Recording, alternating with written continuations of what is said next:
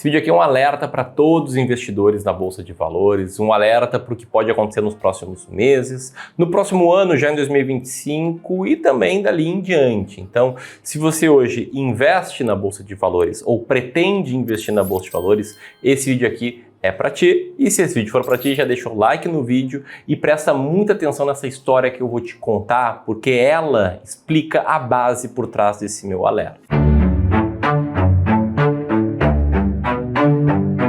Essa história aqui, ela se passou na década de 2000, entre o primeiro dia útil do ano de 2000 e o último dia útil do ano de 2009 nos Estados Unidos, que, para contexto, teve um ano muito ruim no mercado de ações. Esse aqui é o gráfico do S&P 500 naquela década, e você pode ver que logo no início da década, ali em 2001, a bolsa começou a cair com os ataques terroristas e o início da guerra ao terror, e lá no fim da década, quando ela estava se recuperando, veio a bolha imobiliária, a bolha do subprime, e o mercado despencou de novo, e no limite, naquela década inteira, o que a gente viu foi o índice S&P 500 caindo cerca de 1% ao ano. Agora, o índice S&P 500, que é o que as pessoas usam para falar que o mercado caiu, ele nada mais é do que uma carteira de diferentes ações, 500 diferentes ações, montadas com base no tamanho das empresas. Quanto maior a empresa, mais peso ela tem ali no S&P 500. E o fato é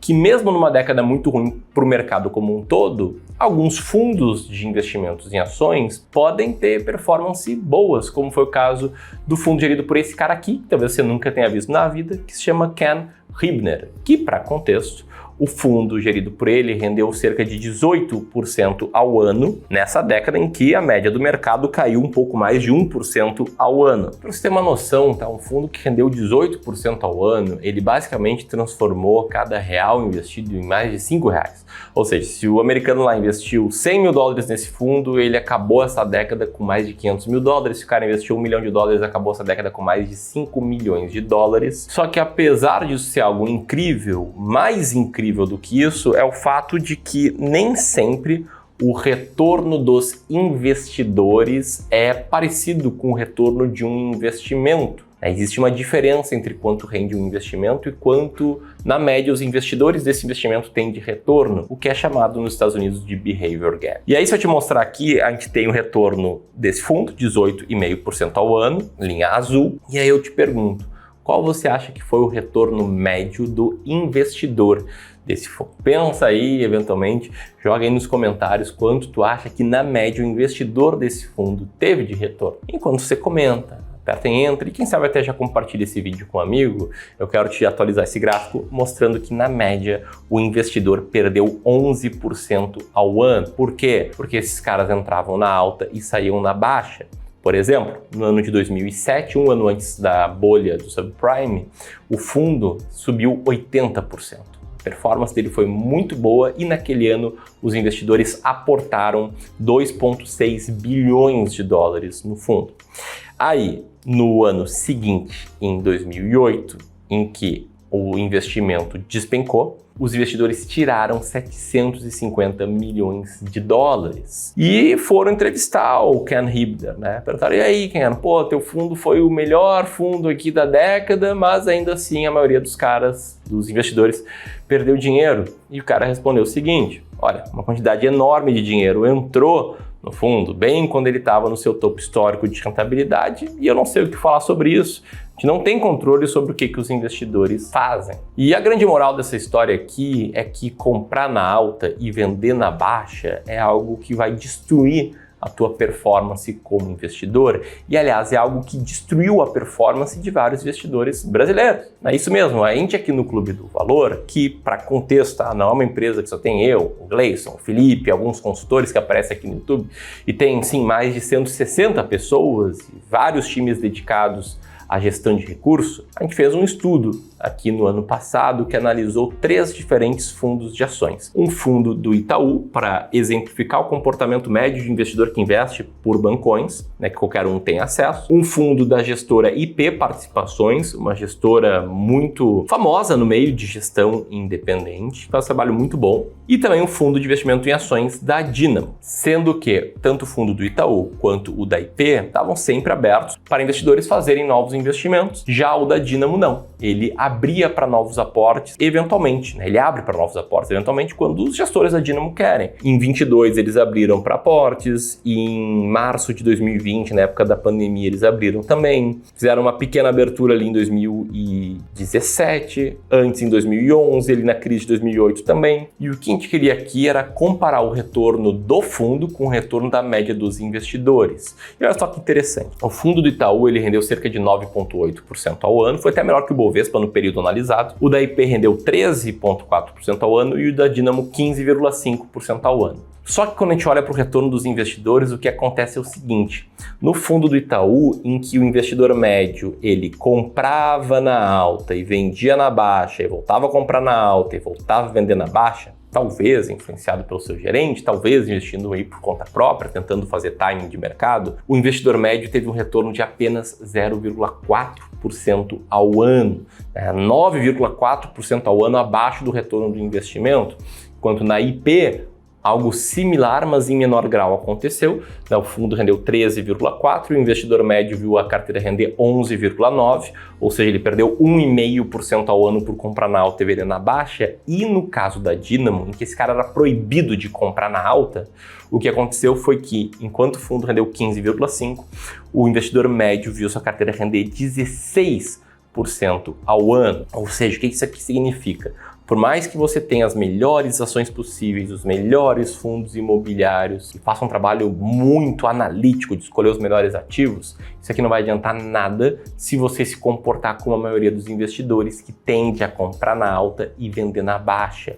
O que mais importa para o investidor é o seu comportamento. E eu percebo que aqui com os nossos clientes de Wealth, uma das formas que a gente mais agrega valor para os nossos clientes é evitando que eles sigam esse comportamento de comprar o que está em alta e vender o que está em baixa. Isso é mais fácil por conta do nosso método, vou falar mais sobre isso depois, de trazer bem claro qual o alerta aqui desse vídeo, mas se você quiser conhecer um caminho para saber sempre, né, quando comprar ou quando vender um ativo, eu te recomendo muito apontar o seu celular para o QR Code que está na tela ou apertar aqui no primeiro link na descrição e agendar agora mesmo uma sessão totalmente gratuita de consultoria de investimentos com um profissional aqui do Clube do Valor que vai entender como é que está a tua carteira, te mostrar o que está legal, o que está pior e como investir melhor. Uma ação de consultoria que foi muito bem elogiada pelo Henrique, que falou que saiu da reunião muito mais seguro para tomar decisões de investimentos. Bom, dito isso, né, te mostrei o Behavior Gap nos Estados Unidos e no Brasil, e agora sim eu sinto que você está pronto para entender qual é o meu alerta. E o meu alerta é: nunca, jamais venda classes de ativos na baixa ou compre elas na alta, ou sendo mais específico possível, nunca ande junto com a manada. A manada tende a perder dinheiro.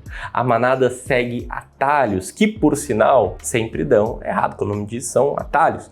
Um atalho que se popularizou muito recentemente são as apostas online, que tem mais brasileiro apostando do que investindo na bolsa, 14% de apostadores contra 2% de investidores. O movimento das bets é maior do que o valor de mercado de empresas como Natura, Carrefour, a Transmissão Paulista e por aí vai. Mas esse aqui talvez seja um atalho que você nunca tenha caído, porque é uma coisa mais que pega o pessoal da classe C e D. Ainda assim, eu vejo uma galera de classe A e B cair em outro atalho, que é acreditar que existe assessoria gratuita no Brasil. Muitos profissionais de investimentos aqui, para contexto, eles são comissionados, eles ganham dinheiro com base nas comissões que alguns produtos de investimentos pagam, enquanto outros profissionais, e aqui a gente do clube se encaixa nesse segundo grupo, cobram uma taxa direto do cliente, o cliente sabe quanto está pagando, independentemente de como ele está investindo. E eu sei que tem bons profissionais nas duas áreas, tem maus profissionais nas duas áreas, mas o modelo comissionado, para mim, ele é muito ruim porque ele cria um conflito de interesses que faz com que muitas vezes um profissional te indique os piores produtos, que são os que mais pagam comissões, para ele ser mais remunerado.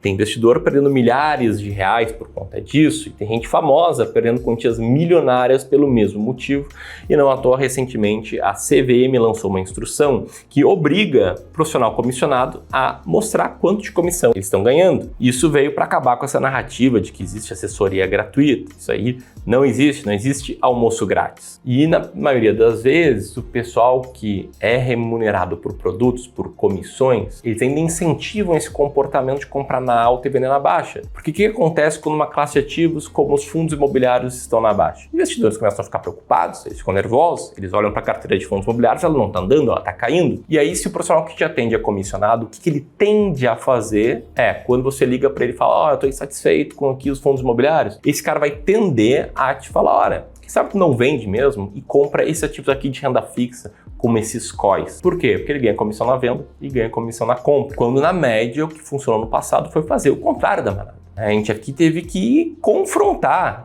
confrontar com ideias, é claro, vários clientes nossos no final de 2019, época em que a gente estava vendendo muitas ações e fundos imobiliários, seguindo nossa estratégia de investimentos, quando a maioria dos investidores, como mostra essa tabela aqui, estavam querendo comprar ações que vinham em 4 anos de alta. Mas foi somente seguir a nossa estratégia, que indicava vender um pouquinho na alta, que a gente conseguiu, na baixa, em março de 2020, quando a bolsa caiu cerca de 47%, comprar de novo esses ativos. Isso contribuiu muito para o desempenho da carteira dos nossos clientes, numa época em que todo mundo mandava ter mais cautela com bolsa de valores e ir para renda fixa. Isso aqui meio que responde a grande dúvida que é, beleza, Amir, o alerta é não seguir a manada, é não comprar na alta para vender na baixa. Agora, como fazer isso? Para mim, a única forma que existe de fazer isso é com o método do rebalanceamento, que a gente aplica aqui para todos os clientes do Clube do Valor, dando um passo para trás. Como é que funciona isso daqui? Eu acredito que não existe uma melhor carteira de investimentos, não existe um melhor investimento do mundo. O que existe é uma melhor carteira feita sob medida para ti, considerando teu perfil de risco, teu objetivo de retorno, onde você quer chegar. E é o que a gente faz para todos os nossos clientes, a gente desenha a melhor carteira para ele. Eu vou te dar um exemplo, tá? Uma carteira que seja 40% renda fixa, 60% ações. Digamos que essa carteira aqui subiu bastante, em especial puxado pela parte de ações e ficou com essa composição, 66% em ações e 33% em renda fixa. O que o rebalanceamento diz? Que você deve pegar aportes novos, dinheiro novo e colocar em renda fixa ou ainda vender um pouco de renda variável na alta para comprar um pouco de renda fixa